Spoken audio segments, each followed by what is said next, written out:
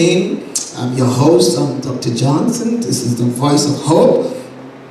Coming to you live. If you worship by the way of the telecast, we meet at the Nepheng Community Center. And I want to take the opportunity to invite you to come and worship with us Sunday from 6 p.m. to 8 p.m. You can also access all our preaching on YouTube. If you go to YouTube and type in Dr. Nana Johnson, you will see all our YouTube there. You can go there and worship for free. And I want to thank God that as you listen to me this morning, your life will never be the same. Something good will happen to you. Something good. We've been talking about vision for the past couple of weeks, and tonight and this morning, no matter what time you might be in your state, as you've been listening to me, I want to talk about the power of unity through vision. The power that vision brings through unity. Vision is what makes people come together. Vision has the power to unite a nation, to unite a family, to unite a group, to unite a business. 2, 3, 4 people can come together and they say, let's start a business. A man and a woman meets and they say, let's marry and raise a family.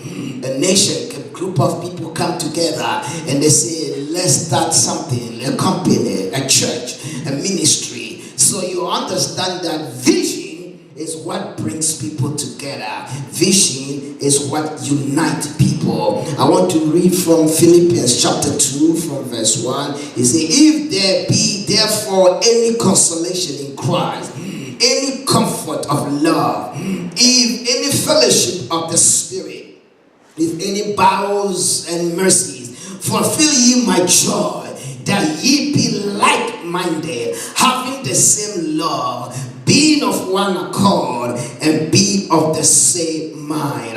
Paul is talking here, and he's saying that they should fulfill my joy, be like-minded, be like-minded, be like-minded, have the same love, be of one accord. The word one accord means be united, but it is a group of people who are like-minded, having the same mind, having the same goal, having the same dream, having the same vision to come together. That means that you cannot bring a dog and a cat together. It has to be a one fold. It has to be a group of people who are like-minded. What does it mean to be like-minded? The word is 2 words point together. Like-minded. Like-minded. That means they said a like poles attract, unlike poles repel. Okay, so that means that people unite who are like-minded, who think the same way, who reason the same way, who are going the same way, who have the same desire, who have the same dream, who have the same love. That means if a man and a woman wants to marry,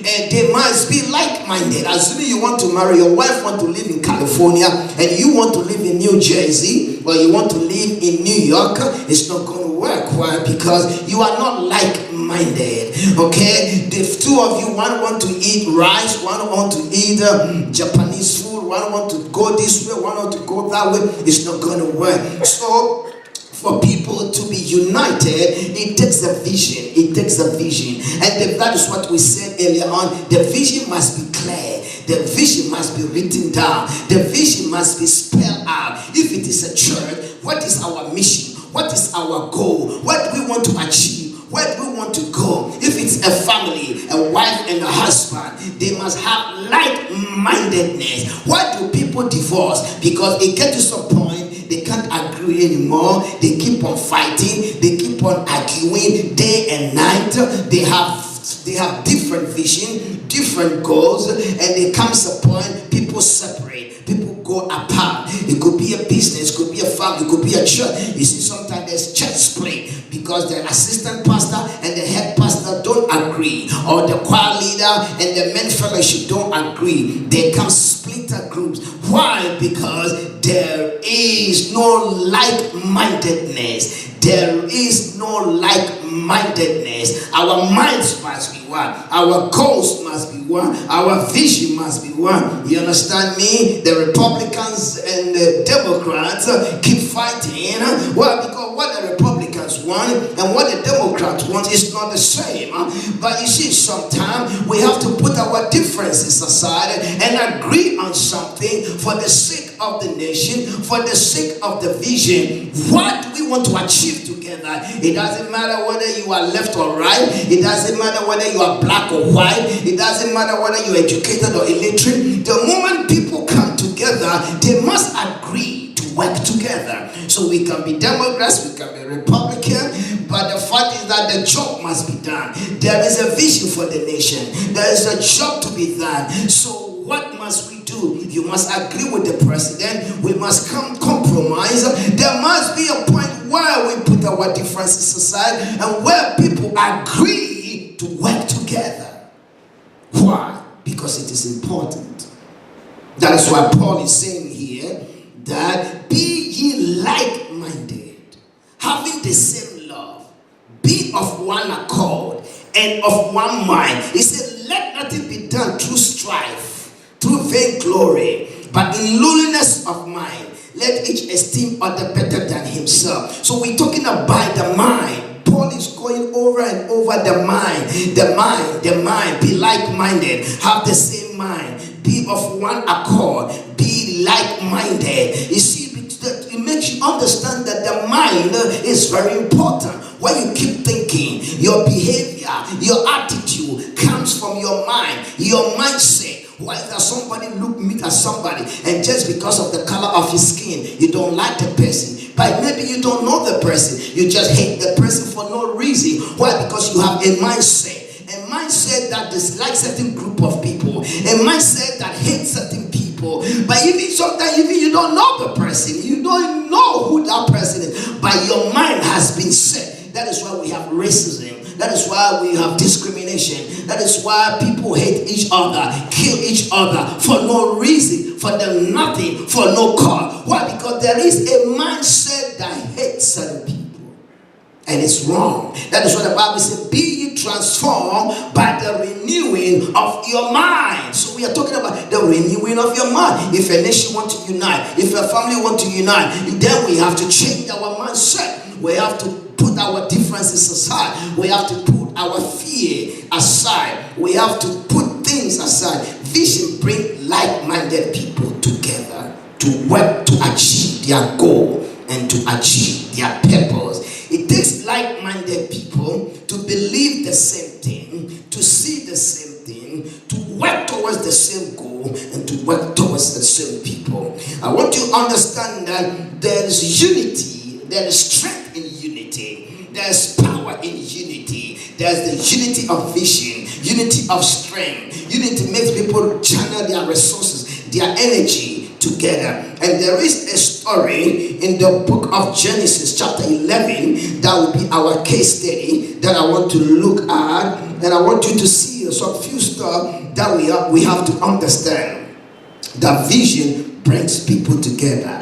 Vision create purpose, create goal for a people. And the Bible says in Genesis chapter 11, it said the whole earth was of one language and of one speech. So we see one language and one speech. So when people have a vision, they speak the same thing. They agree the same thing. They think the same way. Because we cannot achieve anything when we are divided. It could be a nation. It could be in politics. It could be in the family. It could be in church. You understand me? We can't achieve much in the White House as long as our Republicans and Democrat friends keep on arguing and keep on fighting. Nothing will be done. Nothing will be done until we put our differences aside. It doesn't matter whether the president is white or black. You have to agree on the vision, on the goal, on the agenda. The vision is more important than our differences and our argument, because the vision is what must be done, and we agree to disagree. The Bible says it came to pass as they journeyed from the east, and they found a plain in the land of Shinar, and they dwelt there. And they said to one another, go to, let us make brick and bend them thoroughly, and have bricks for stone and slime for mortar. And they said, go to, let us build us a city and a tower whose top may reach unto the heaven, and let us make a name, lest we be scattered abroad on the face of the earth. You see, the reason why people unite is so that we may not be scattered, we may not be divided, we may not be separated. And if there is any group of people that you have to unite, is colored people, is black people. You have to understand that there is a calling for us to unite as a nation, as a church, as a family. Unity is power. Unity is important. He said that if we don't unite, we will be scattered. We will be scattered. We will be scattered. If we don't unite against the enemy, we can't achieve anything. And he said, and the Lord came down to see the city, the tower, which the children of men build. And the Lord said, behold, the people is one. You see, the people is one. The people have united. And they have one language. They have one language. And this they begin to do. Nothing will stop them. Let us restrain them. And they may, that nothing they do will restrain them. And he continued to say, let us go down and there confound their language, that they may not understand one another. He said, let us go down and let us confound their language. Let us divide their language so they don't understand one another. So the Lord scattered them abroad the face of the earth, and they left up the city. I want you to look at some few principles here in this scripture.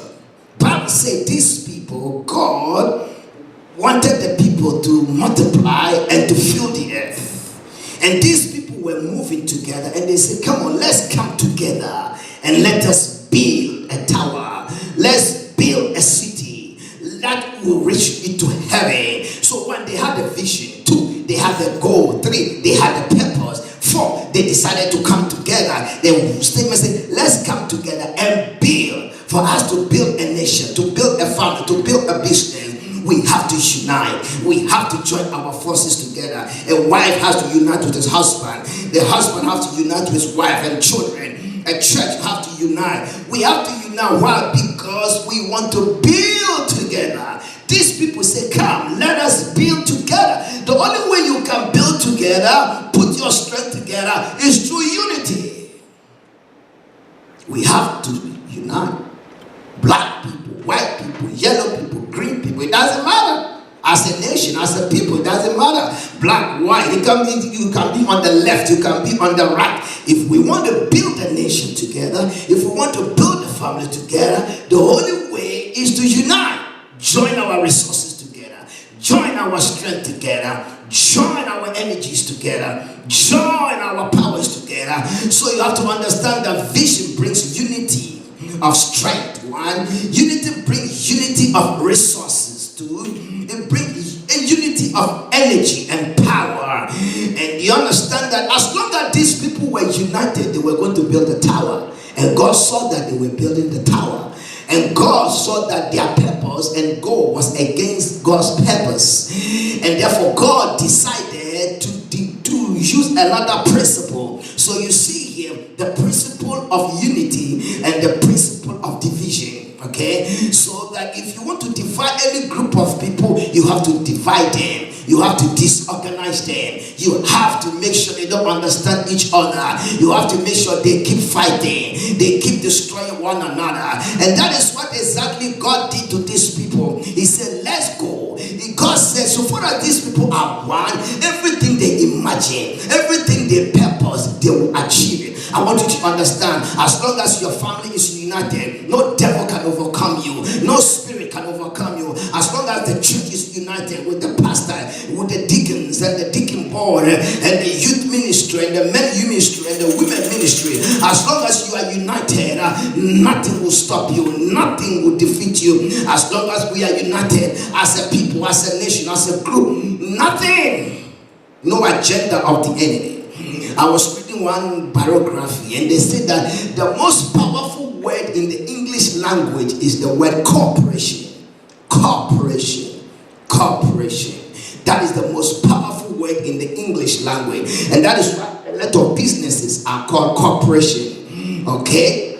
We have cooperation for businesses and cooperation. So when you have a business, people must cooperate. Because if people don't cooperate, that business will collapse. If people don't cooperate in the family will break down. If a wife and a husband don't cooperate together and they keep fighting, keep arguing, they're going to divorce pretty soon. They ain't going nowhere. If a church don't cooperate, nothing will be done. If a nation and the leaders of our land, it doesn't matter whether you are from the left or you are from the right, as long as you go to the White House and you sit down with the president, somewhere you have to cooperate, because you need your cooperation. The nation needs your cooperation so that the job can be done. Because as long as you disagree and you keep fighting and we keep arguing, it doesn't matter whether the president is white or black, it doesn't matter the color of your skin. It is the basis of working together is cooperation. Where there's no cooperation, there's disunity, there's argument, there's backbiting, there's pulling down, and there's destruction. And you have to understand that cooperation is very important. The wife needs the husband. The husband needs the wife. I need you, you need me. The Republicans need Democrats, Democrats need Republicans. We all need each other. It doesn't matter whether black or white, whether yellow or green, whether poor or rich. You have to agree to work together, because that is the only way you can build. That is the only way we can succeed. That is the only way we can go forward. So God said that as long as these people are one, we can defeat them. So God said, you know what we got to do? One, we have to divide them. Two, we have to divide their language so that when they talk to one another, they don't understand each other. And as long as they don't understand each other, they will fight each other, and they will not be able to build the tower, and their effort will be in vain. You see, so you have to understand the enemy way to defeat any group of people is to divide them. It can be a family. As long as you don't understand your wife and your wife don't understand you, and you speak this and he said this and he said that and that said that, and there is no understanding between the two of you, and you keep fighting back and forth, and the children are taught in between, their family ain't going nowhere. As long as the group of people don't understand each other and they keep fighting, arguing, they ain't going nowhere. And you understand that that is exactly what happened. God goes down and he changes the people's language. And now the guy with the mortar talks to the guy with the bricks. He's speaking Chinese, this guy is speaking Korean, and the guy don't understand this guy.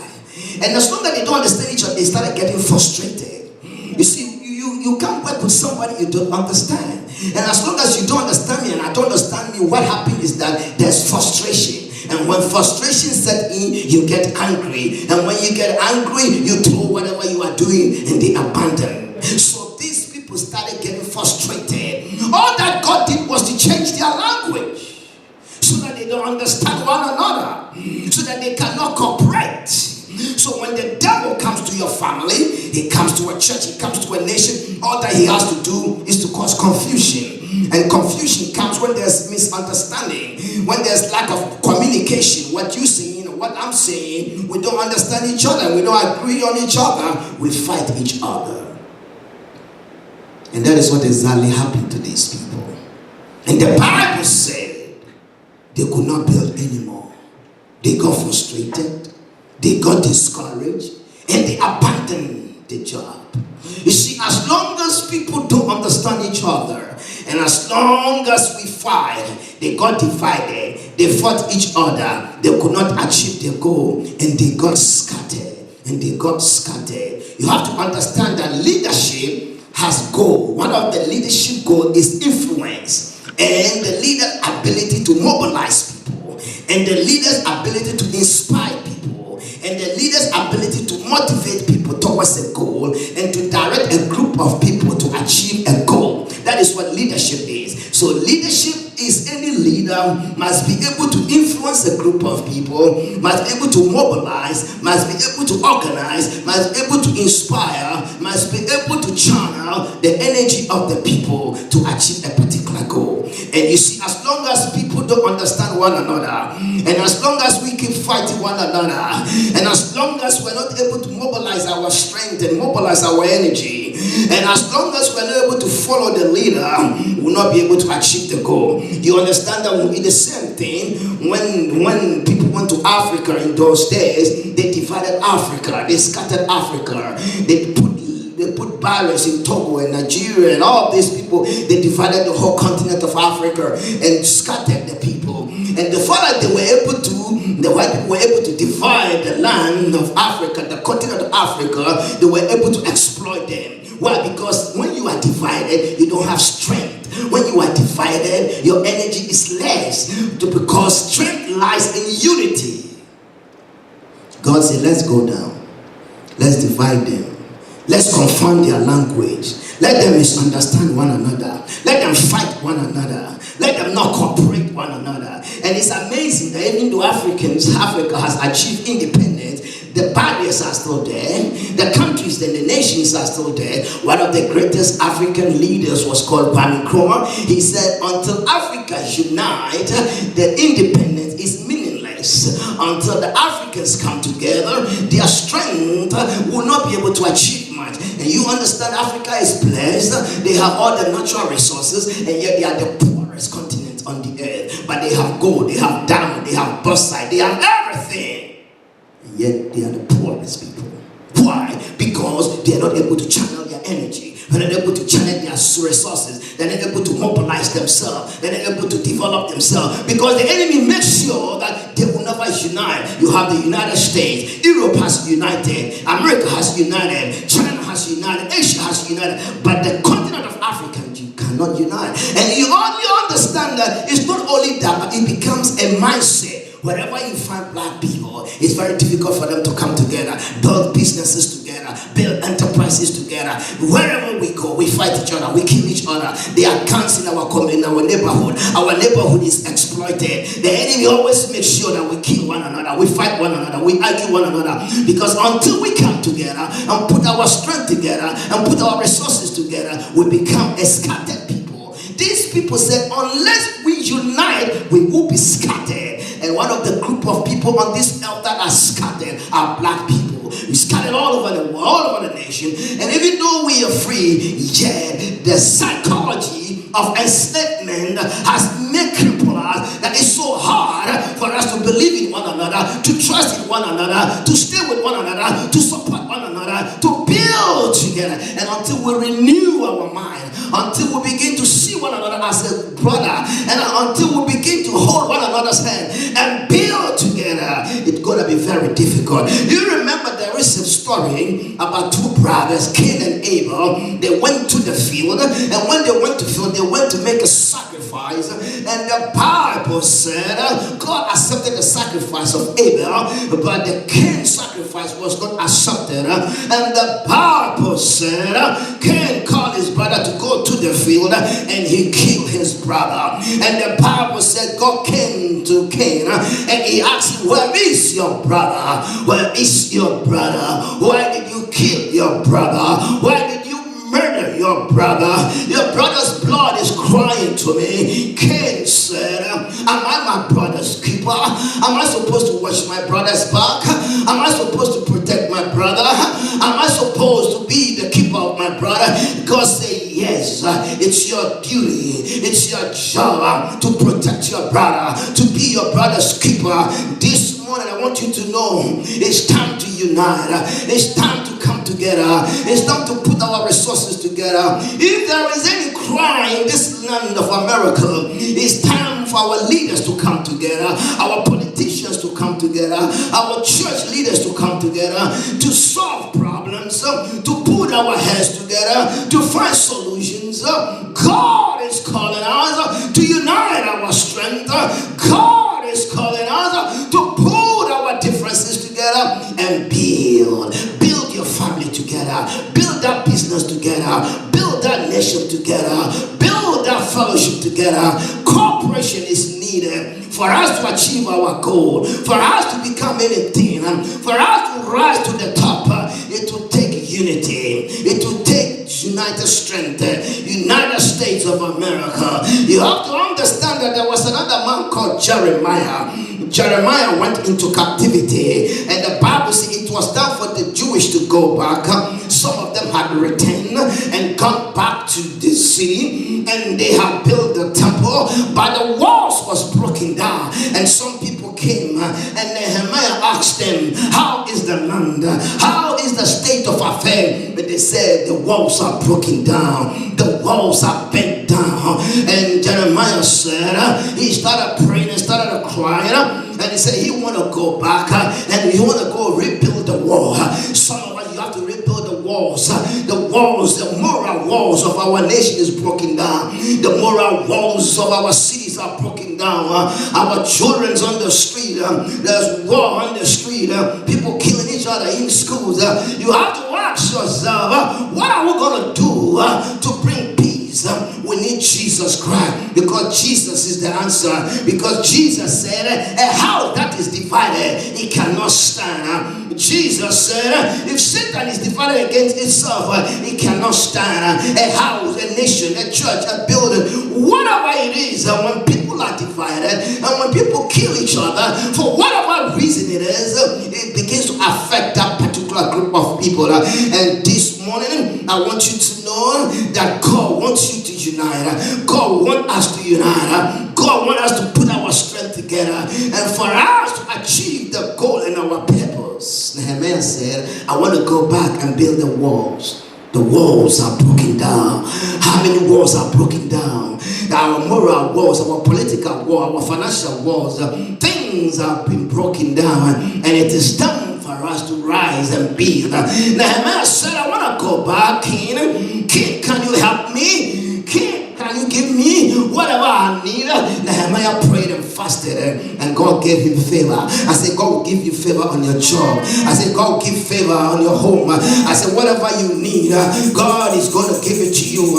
As you pray, this year is going to be a year of favor. This year is going to be a year of open doors. This year is going to be a wonderful year, and God is calling us, black, white, yellow, green, whatever you are, whatever you do, it's time to unite.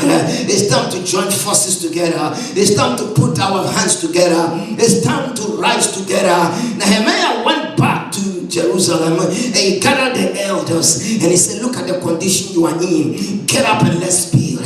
Get up and let's build. And they started building, and they started building the wall. It's time to build the walls. It's time to build for the kingdom of God. It's time to go out and win souls for Christ. It's time, it's time, it's time. I want to pray for you this morning. Wherever you are, wherever you stand, you can hear my voice. And maybe you've been disappointed.